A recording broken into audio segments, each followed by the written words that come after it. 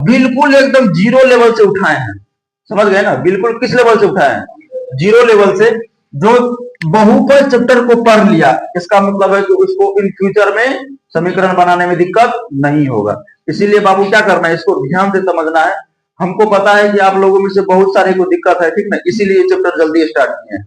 तो कौन सा टॉपिक होने वाला है हमारे पास? बहुपद। बहुपद को इंग्लिश में क्या बोलते हैं? पॉलिनोमियल। बहुपद को इंग्लिश में क्या बोलते हैं?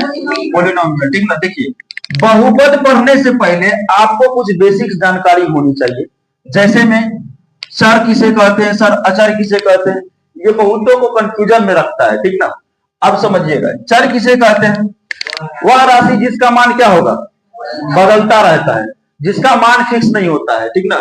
जैसे में अगर आप देखिएगा तो x y z theta alpha beta gamma, ठीक ना, ये जितनी भी सारे दिख रहे हैं आप सभी को, जितना भी सारा दिख रहा है, ठीक ना, ये सब का सब क्या है? चर राशि है। कौन सी राशि है? चर राशि, ठीक ना। इसका मान कभी भी फिक्स नहीं होता है। आप लोग निकाले होंगे, कभी कभी देखिए, कभी x का मान 2 आता है तो कभी x का मान -2 आ जाता है, कभी x का मान 4 आ गया, कभी x का मान 5 आ गया। इसका मतलब एक बार में फिक्स नहीं होता है कि x का मान 2 ही होगा, ठीक ना। अभी आप दूसरा समीकरण, पहला समीकरण बनाएंगे उसमें x बराबर 2 निकलेगा, दूसरा समीकरण देंगे तो उसमें x बराबर 3 निकलेगा। निकलेगा कि नहीं निकलेगा? इसका मतलब क्या है कि x का मान निश्चित है। x का मान निश्चित है नहीं ना, ठीक है। जब x का मान निश्चित नहीं है, उसे ही तो बोलेंगे सर चर। चर भी तो उसे ही बोलते हैं जिसका मान क्या होता है? बदलता रहता है। क्या रहता है? जिसका मान क्या रहता है? बदलता रहता है, ठीक ना। अब समझते हैं सर हम अचर को। किसको? अचर। अचर जस्ट इसका उल्टा होता है। कैसे होता है? चर का मतलब हुआ कि सर जिसका मान बदलेगा, अचर का मतलब हुआ कि सर जिसका मान नहीं बदलेगा। जैसे में अगर आप देखिएगा तो जैसे में 5, ये एक संख्या है, 5 का मान क्या कभी बदलेगा? नहीं बदलेगा। अच्छा, ऐसा ऐसा नहीं ना होगा कि आज हमारे कोचिंग में पढ़े हैं तो 5 का मान 5 है और दूसरे कोचिंग में पढ़ने गए तो 5 का मान 6 हो गया। नहीं ना, ऐसा नहीं होगा। अच्छा, 5 को अगर हम परमानंदपुर में लेके जाएंगे तो 6 बन जाएगा, 10 को ले जाएंगे तो 12 बन जाएगा। नहीं ना, यानी कि ये क्या दिखा रहा है कि सर ये फिक्स्ड है। क्या है? फिक्स्ड है, ये कभी भी नहीं बदलेगा। चाहे आप इसको मंगल ग्रह पे ले जाइए, चाहे आप इसको दूसरा गैलेक्सी में लेके चले जाइए, इसका मान वही रहेगा, ठीक ना। तो इसी टाइप की राशि को क्या बोलते हैं हम लोग? अचर राशि बोलते हैं। क्या बोलते हैं? जिसका मान बदलेगा, जिसका मान नहीं बदलेगा, जिसका मान बदलेगा, जिसका मान नहीं बदलेगा। याद रहेगा, भूलिएगा ना। इसी बात की, दोनों बात को बहुत अच्छे तरीके से आप लोग याद रखिएगा, ठीक ना। उसके बाद अगला हमारे पास जो पॉइंट है वो है बीजीय पद। क्या है? बीजीय पद, या केवल इसे पद भी बोलते हैं या इसे बीजीय पद भी बोलते हैं, ठीक ना। देखिए क्या लिखा हुआ है, चर और संख्याओं के गुणनफल। किसका किसका? चर और संख्याओं का। किसका किसका? चर और संख्याओं का गुणनफल को क्या कहते हैं? बीजीय पद या केवल पद कहते हैं, ठीक ना। आपको बताएं कि सर चर में कौन कौन चीज होगा, बताइए तो।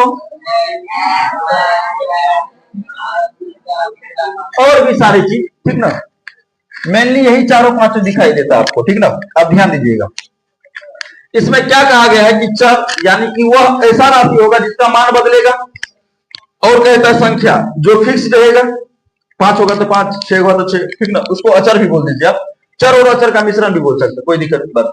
तो चर और संख्याओं के गुणनफल को क्या कहते हैं? बीजीय पद या केवल पद कहते हैं, ठीक ना। जैसे में अगर आप देखिएगा, हम लिखे यहाँ पर 2x, ठीक ना। इसमें बताइए तो x कौन सी है? चर। आदू कौन सी है? अचर या संख्या है कि नहीं है? तो देखो, चर और संख्या तो है, लेकिन साथ ही साथ किस संबंध में है? चर और संख्या देखिए किस संबंध में है? किस संबंध में? देखिए तो गुणा के संबंध में, गुणनफल है ये। क्या है? गुणनफल है, ठीक ना। 2x, 2 और x के बीच में कैसा संबंध? देखिए यहाँ तो पहले ही बोल दिया है, किस संबंध में रहना चाहिए? गुणा के गुणनफल में रहना चाहिए, ठीक ना। तो चर और संख्या के गुणनफल को क्या कहते हैं हम लोग? बीजीय पद या केवल पद कहेंगे। चर या संख्या के गुणनफल को क्या कहेंगे? बीजीय पद या पद कहेंगे केवल। याद रखिएगा इतना बात, ठीक ना। उसके बाद अगला पॉइंट है आप लोगों के पास, गुणांक। क्या है? गुणांक। इसको इंग्लिश में बोलते हैं कॉफिशिएंट। क्या बोलते हैं? कॉफिशिएंट। क्या बोलते हैं? उच्चारण करो। क्या बोलते हैं? पीने वाला कॉफी। अरे पीने वाला कॉफी ना रहेगा दादी, एक इंग्लिश क्या होता है? कॉफिशिएंट, ठीक ना। अब ध्यान देना, किसी पद में गुणा करने वाली जो संख्या होती है उसे उस पद का गुणांक कहते हैं। किसी पद में गुणा करने वाली जो संख्या होती है उसे उस पद का क्या कहते हैं? यानी कि कहने का मतलब ये है कि सर हम लिखे एक बार 5 पे, क्या लिखे? 5 पे, ठीक ना। तो पूछेंगे अगर ए का गुणांक क्या है तो क्या बताइएगा? 5। क्या बताइएगा? क्या बताइएगा? ए का गुणांक क्या है? यानी कि इसका कहने का मतलब यह है कि देखो एक ए से कौन गुना में है, तो 5 गुना में है, लिख देंगे 5। पूछेंगे एक्स वाई का गुणांक क्या है, यहाँ पे -3। अगर हम पूछे एक्स क्यू वाई का गुणांक क्या है, अगर हम पूछे वाई स्क्वायर का गुणांक क्या है, के, ठीक ना। के यहाँ पे कोई एक नंबर हो सकता है, समझ गए ना। चलिए ध्यान दीजिएगा, सबसे मेन बात जो है वो ध्यान देने योग्य है, ये नोट, ठीक ना। ध्यान दीजिएगा, यदि किसी पद के शुरू में क्या लिखा हुआ है? यदि किसी पद के शुरू में संख्या ना हो, क्या हो? संख्या। किसी किसी पद में ऐसा होता है कि संख्या दिखाइए नहीं देता है, संख्या नहीं रहता है, ठीक ना। तो विद्यार्थी को लगता है कि यहाँ पे कुछ नहीं होगा तो 0 होगा, ये आपका मानना गलत है, ठीक ना। आज से बदल दीजिए इस चीज को। संख्या ना हो तो उसका गुणांक क्या होगा रे बाबू? 1 होगा। क्या होगा? कहीं कहीं पे आप देखे होंगे वाई स्क्वायर, देखे कि नहीं देखे? तो इसका गुणांक क्या है बताइए तो? हाँ, इसका गुणांक कुछ नहीं है तो क्या है जी? 1 है। ये हमेशा 1 से गुना रहेगा, ठीक ना। समझ गए ना? समझ गए? हाँ, 1 से गुना होगा तो कोई परिवर्तन होता है नहीं, तो इसका कोफिशिएंट क्या होगा? 1। अब कहिएगा सर यहाँ तो दिखाइए नहीं दे रहा था 1, तो एक ऐसा संख्या है, एक ऐसा संख्या है, समझ गए? बड़ी खतरा संख्या है। क्या है? बड़ी खतरा। अब बहुत तंग करता है विद्यार्थी को, ठीक ना। अभी तक में जो हम देखे हैं, एक जो है ना बहुत तंग करता है विद्यार्थी को, समझ गए? जो ज्यादा मतलब नहीं जानकारी रहता है उसे, ठीक ना। आपको तो हम बता दिए हैं कि सर कोई भी अगर संख्या है तो उसके ऊपर नीचे दाएं बाएं सब पावर में नीचे में सब जगह ये छिपा रहता है, छिपा रहता है कि नहीं छिपा रहता है। तो जब जिसका जरूरत पड़ता है हम उसको निकाल के इसका यूज कर सकते हैं, ठीक ना। चलिए ठीक है, देखिए तो अगर आप किसी क्या कहते हैं, किसी पद में, अगर आप किसी पद में देखिएगा कुछ गुना में नहीं है तो क्या गुना में रहता है? 1, ठीक ना। यहाँ पे भी देखिए ए स्क्वायर है, क्या बोलेंगे इसका गुणांक बताइए तो क्या बताइएगा? क्या बताइएगा? हाँ, कहीं कहीं पे खलिया आप लोग एक्स स्क्वायर देखे होंगे, ठीक ना। बताइए इसका क्या होगा? हाँ, चलो ठीक है, ए बी का गुणांक बताओ यहाँ पे। हाँ, अगर हम इसी में थोड़ा सा चेंजेस कर दे, थोड़ा सा इसको क्या कर दे, चेंजेस कर दे, बताओ -x स्क्वायर का गुणांक बताइए दिखाओ। हाँ, क्या होगा? हाँ, -1 होगा। क्या होगा? -1। अगर हम फिर इसमें माइनस लगा दिए तो बताओ क्या होगा? -1 गुना होगा। समझ में आ गया? समझ में आ गया ना? ठीक है, इतना में किसी को दिक्कत नहीं ना। अगला है टॉपिक हमारे पास पद का घात। क्या है? पद का घात, ठीक ना। घात का मतलब आप लोग जानते हैं कि सर पावर क्या होता है? किसी भी संख्या के ऊपर एकदम यहाँ पे नहीं छिपा हुआ रहता, मतलब यहाँ पे दिखाई देता स्क्वायर, क्यूब, पावर 4 होता है कि नहीं होता है? तो पद का घात का मतलब क्या होता है? पावर। आप लोगों को घात और घातांक चित्रण में बहुत अच्छे तरीके से बताए थे कि सर पावर जो भी होता है वो आधार पे होता है, उसके बाद जो ऊपर होता है वो पावर कहलाता है। बताए थे कि नहीं बताए थे? चलिए ठीक है, ध्यान दीजिए। पद के सभी चर के घातांकों का योगफल उस पद का क्या कहलाएगा? हाँ, उस पद का क्या कहलाएगा? घात कहलाएगा, ठीक ना। जैसे हमारे पास एक पद दिया हुआ है, पद क्या है? ध्यान से देखिएगा, 2x स्क्वायर y। अगर हम पूछ दे इस पद का घात बताओ, इस पद का क्या बताओ? हाँ, इस पद का क्या बताना है? घात बताना है, तो क्या बताइएगा आप लोग? बताइए क्या हो जाएगा? एक्स स्क्वायर हो जाएगा? नहीं, ध्यान देना, यहां पे समझो ध्यान से। 2x स्क्वायर y दिया हुआ है, बोला सर इसका पद का घात बताइए, ठीक है। अच्छा बताइए, तो इसमें हम लोग चर को देखेंगे। किसको देखेंगे? चर को देखेंगे। सर चर पे कितना पावर है? देखो चर पे कितना पावर है? और यहाँ पे कितना पावर है? कुछ नहीं है। तो आपको बोले हैं कि एक बड़ी खच रहा है, बोले थे ना, देखिए छिपा हुआ लेकिन दिखाई दे रहा है नहीं। यहीं पे दिक्कत होता है विद्यार्थी को। यहाँ पे लिख के चलाएगा दो, चलाएगा कि नहीं आएगा? ठीक है, तो यहाँ पे सर 2 पावर है, यहाँ पे कितना पावर है? 1। कितना पावर है? कुछ नहीं है तो 1 है। तो 2 1 कितना हो गया? 3। तो पद का घात इसका कितना हो गया? 3। देखो पद का घात भी कहता है पद के सभी चरों के घातांकों का योगफल, यानी कि पद में जितना चर होगा उन सभी चर के मतलब जो घात होगा उस सब घात को क्या करेंगे? जोड़ देंगे। क्या करेंगे? जोड़ के जो निकालेंगे वही क्या कहलाएगा? पद का घात कहलाएगा। ठीक ना। एक और एग्जांपल देखो, जैसे इसमें बताओ पद का घात कितना होगा? x² में। इसमें भी देखो 2 पावर है ऊपर में, -3 क्या करेगा घात? ये तो कोफिशिएंट को छोड़ दो। कोफिशिएंट को क्या करना है? तो केवल पावर को देखना। पावर हमारा माइनस में है, पावर माइनस में है नहीं ना, तो पावर माइनस में नहीं है तो फिर क्या माइनस में तुम बोल रहा? चलो ठीक है। तो x² का घात कितना है और y का घात 2 कितना हो गया? तो पद का घात कितना हो जाएगा? देखिए सजातीय पद, जिसको इंग्लिश में लाइक टर्म्स बोलते हैं, सजातीय पद का परिभाषा क्या है सीखिएगा। समान चर वाले पद को क्या कहेंगे? समान चर वाले पद को, आवाज नहीं आ रहा है, समान चर वाले पद को कौन सा पद कहेंगे? अगर चर समान होगा तभी क्या होगा? सजातीय कहलाएगा। चर असमान होगा तो सजातीय नहीं कहलाएगा। याद रहेगा ना? ठीक है, देखिए ध्यान से। जैसे हमारे पास है सर x² है कि नहीं है? किसका बात कर रहा है ये? तो सर चर का। तो हम भी किसी पद में क्या देखेंगे? चर को ही देखेंगे ना, चर को ही देखेंगे। तो बताओ इसमें चर क्या है? x² है कि नहीं है? x² है ना। फिर इसमें देखिएगा चर क्या है? x² है, यानी कि ये क्या है? दोनों समान है। क्या है जी? दोनों समान है। दोनों क्या है? ये भी x² वाला, ये भी x² वाला, दोनों क्या है? सेम है कि नहीं है? चलिए ठीक है।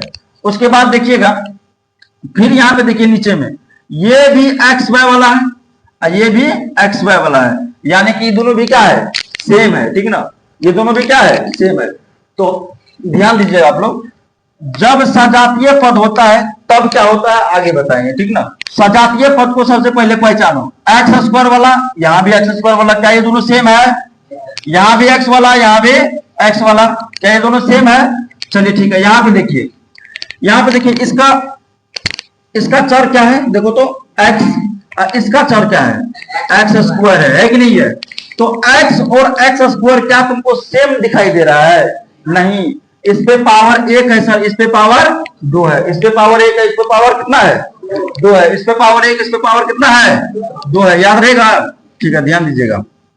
जैसे ये AB है कि नहीं है? AB। अब यहाँ पे देखिए खालिया A है कि नहीं है ना? क्या ये दोनों समान है? क्या ये दोनों समान है? नहीं। ये x² वाला है सर, ये AB वाला है, ये खालिया AB वाला है। तो पहचान जाइएगा आप लोग, न पहचान दीजिएगा। आपको ढेर सारा पद दे दिया जाएगा, बोलेगा इसमें से कि हमको समान पद, सजातीय पद चुन के लाइए, तो चुन लीजिएगा आप लोग। हाँ बताइए, A² वाला किस कैटेगरी में आएगा? A² में ही आएगा। B² वाला, AB वाला, X वाला, x² वाला x² वाले में ही आएगा। ठीक ना। अगर x³ रहेगा तो उसको x² वाले में कभी भी इन्वॉल्व नहीं करेंगे। समझ में आ गया ना? समझ में आ गया? ठीक है। अब समझते हैं विजातीय पद क्या होता है। विजातीय पद का मतलब होता है अनलाइक टर्म्स, इसको इंग्लिश में बोलते हैं। असमान चर वाले पद को क्या बोलते हैं? विजातीय पद। ठीक ना। ध्यान दीजिएगा, यहां पे सर क्या होता था कि दोनों सेम मिलता था तो उसे क्या बोलते थे? यहां पे तुम ध्यान देना, यहां पे दोनों अलग अलग होगा तब उसे क्या बोलेंगे? अगर दोनों मिल गया सेम तो उसे क्या बोलेंगे? सजातीय। अब दोनों नहीं मिला तो बताओ, इसको भी हम तो बोल सकते थे सर विजातीय पद है ये। क्या बोल सकते हैं? विजातीय पद। विजातीय पद, कोई दिक्कत नहीं ना। देखो यहाँ पे देखो A² है, यहाँ पे खलिया ये है। क्या ये दोनों समान है? दोनों क्या है? अलग अलग है। क्या है? दोनों अलग अलग है। ठीक ना। देखने में भले ही दिखाई दे रहा है सर यहाँ भी ये है, यहाँ भी ये है, लेकिन ये क्या है? अलग अलग है। ठीक ना।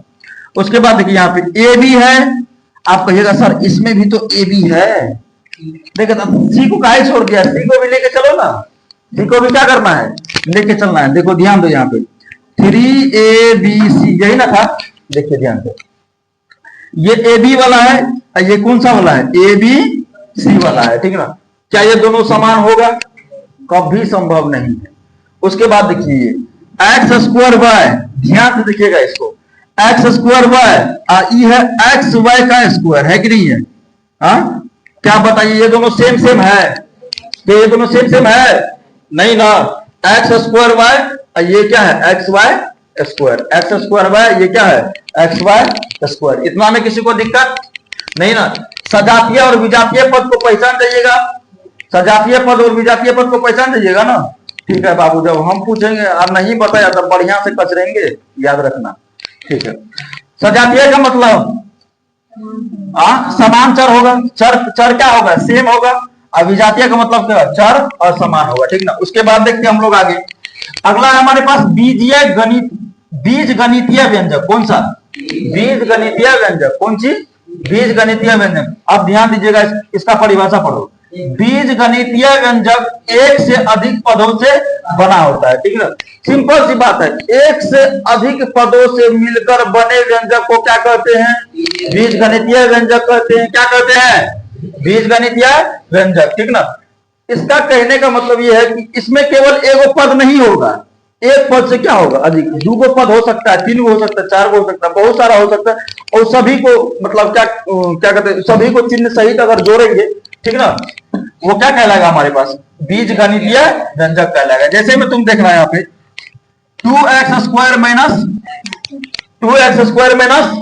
x है ना दिया हुआ, तो इसे हम लोग क्या बोलेंगे बीज गणितीय व्यंजक। क्या बोलेंगे, हाँ बीज गणितीय, इंग्लिश में बोलते हैं इसे अलजेब्रिक एक्सप्रेशन। क्या बोलते हैं इसे, हाँ अलजेब्रिक एक्सप्रेशन, ठीक ना। जैसे हमारे पास 4a square minus 2b square minus 3c, इसे क्या बोलेंगे पूरे को, इस पूरे को क्या बोलेंगे, इस पूरे को क्या बोलेंगे, इस पूरा को, हाँ ठीक है। इतना में कोई दिक्कत नहीं ना। चलो ठीक है, आगे देखते हैं। अगला बहुपद की परिभाषा, देखो क्या कहता है बहुपद की परिभाषा। एक चर के विभिन्न घात वाले पदों को, एक चर के विभिन्न घात वाले पदों को चिन्ह से एकत्रित करने पर, चिन्ह से एकत्रित करने पर प्राप्त व्यंजक को बहुपद कहते हैं। क्या बहुपद को px, fx और qx क्या पढ़ते हैं इसे, px क्या पढ़ते हैं, px fx और qx, क्या है px fx और qx, px fx और qx, ठीक ना। इससे हम लोग क्या करते हैं, दर्शाते हैं। जैसे ये हमारे पास एक बहुपद था, क्या था बहुपद था, इसको हम लोग किससे दर्शाएंगे px से। आपका मन है ना सर px में हम qx रखेंगे, तो रखो ना, दोनों एक ही चीज है। आपका मन है कि नहीं सर fx रखेंगे, तो रखो, कोई दिक्कत की बात नहीं है। समझ में आ गया इतना।